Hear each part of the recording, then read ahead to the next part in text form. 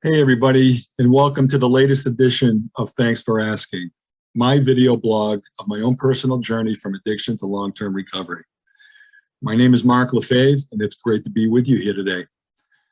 You know, I've been receiving a lot of inquiries about the image that I use in the intro and the outro of this program. Well, today we're going to talk about just that, the boy in the forest.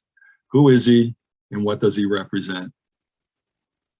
Actually, the name of the piece is A New Freedom, which comes from the 9th step promises from AA, which states we are going to know a new freedom and a new happiness. And that's certainly been the case in my journey. It is one of the 12 promises that await us at various stages of our recovery from addiction. And the boy in the woods is actually yours truly.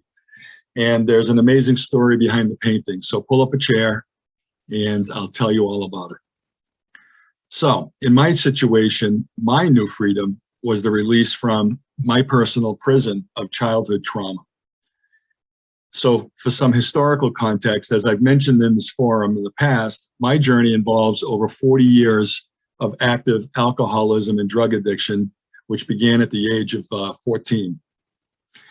As a child, I experienced significant trauma, including witnessing the violent death of a family friend who was my age, and also the tragic passing of one of my younger brothers to cancer at the age of 18.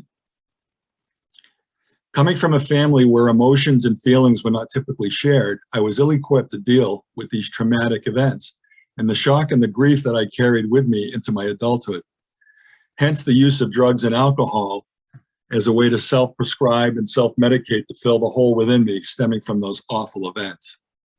So back to the painting. When I was in treatment several years ago, one of the exercises we participated in was known as guided visualization.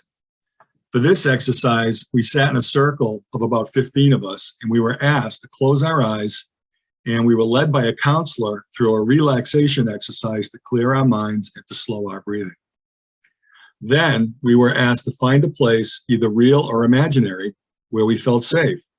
For me, that place was in the deep woods of northern Maine, behind my dad's house up in Rangeley.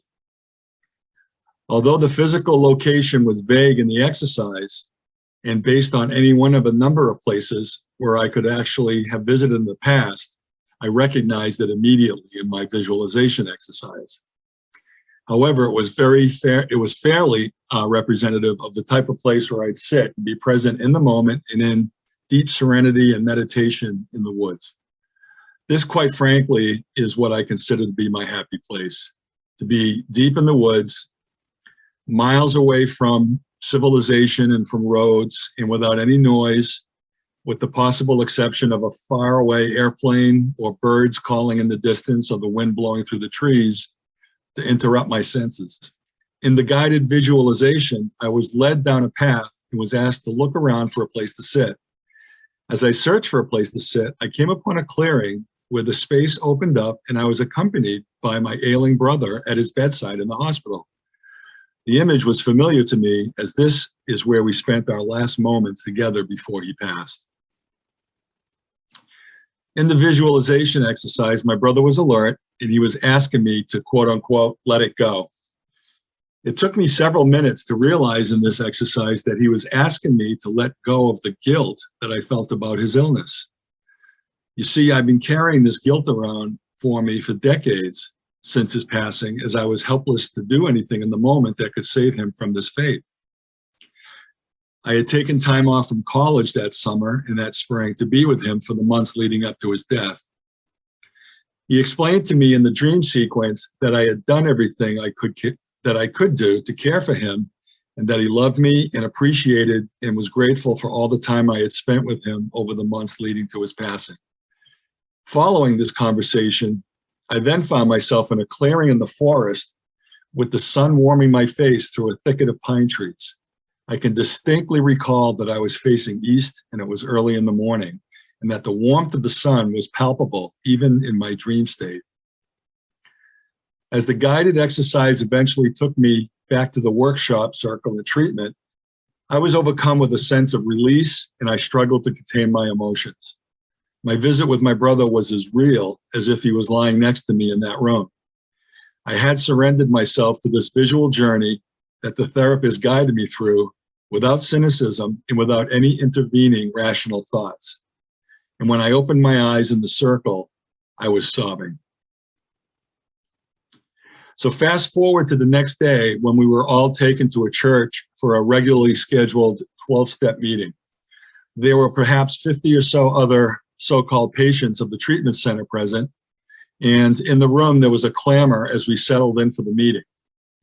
Simultaneously with the meeting, there was a group of folks on the altar of the church who were brought in as part of an art therapy exercise for after the meeting. Towards the side of this altar was a female artist who seemed to be painting in oils. On the canvas was an unrecognizable image of lines and streaks and dark green colors, dark brown colors, yellow, and some blue.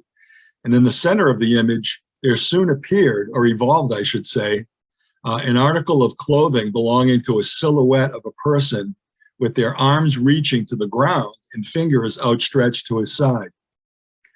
It was hard to see the finished product since she blocked my view as she touched up the image, and she eventually signed her name to the top left of the painting. The image remained unrecognizable until the room quieted down, and then she lifted the canvas from the easel and flipped it the other way around, except that it wasn't upside down, it was right side up. The picture on the easel is the picture that I'm showing you on the screen.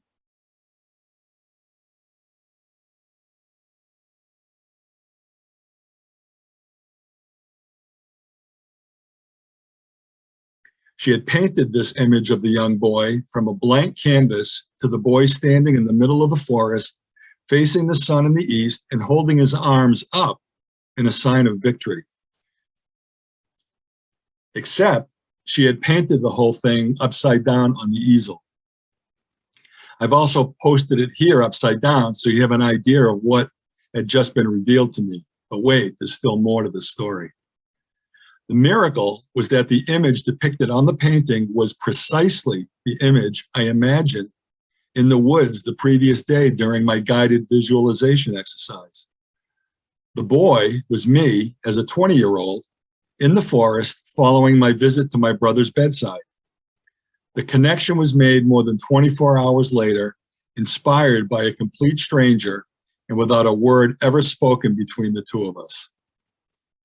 I bought this painting after the art therapy exercise, and it hangs from a wall in my bedroom at home, and it's the first thing I see to greet me each morning when I awake. A new freedom indeed.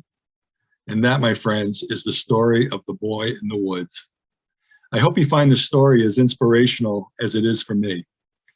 And I wish you a great day, and thanks again for tuning in to Thanks for Asking.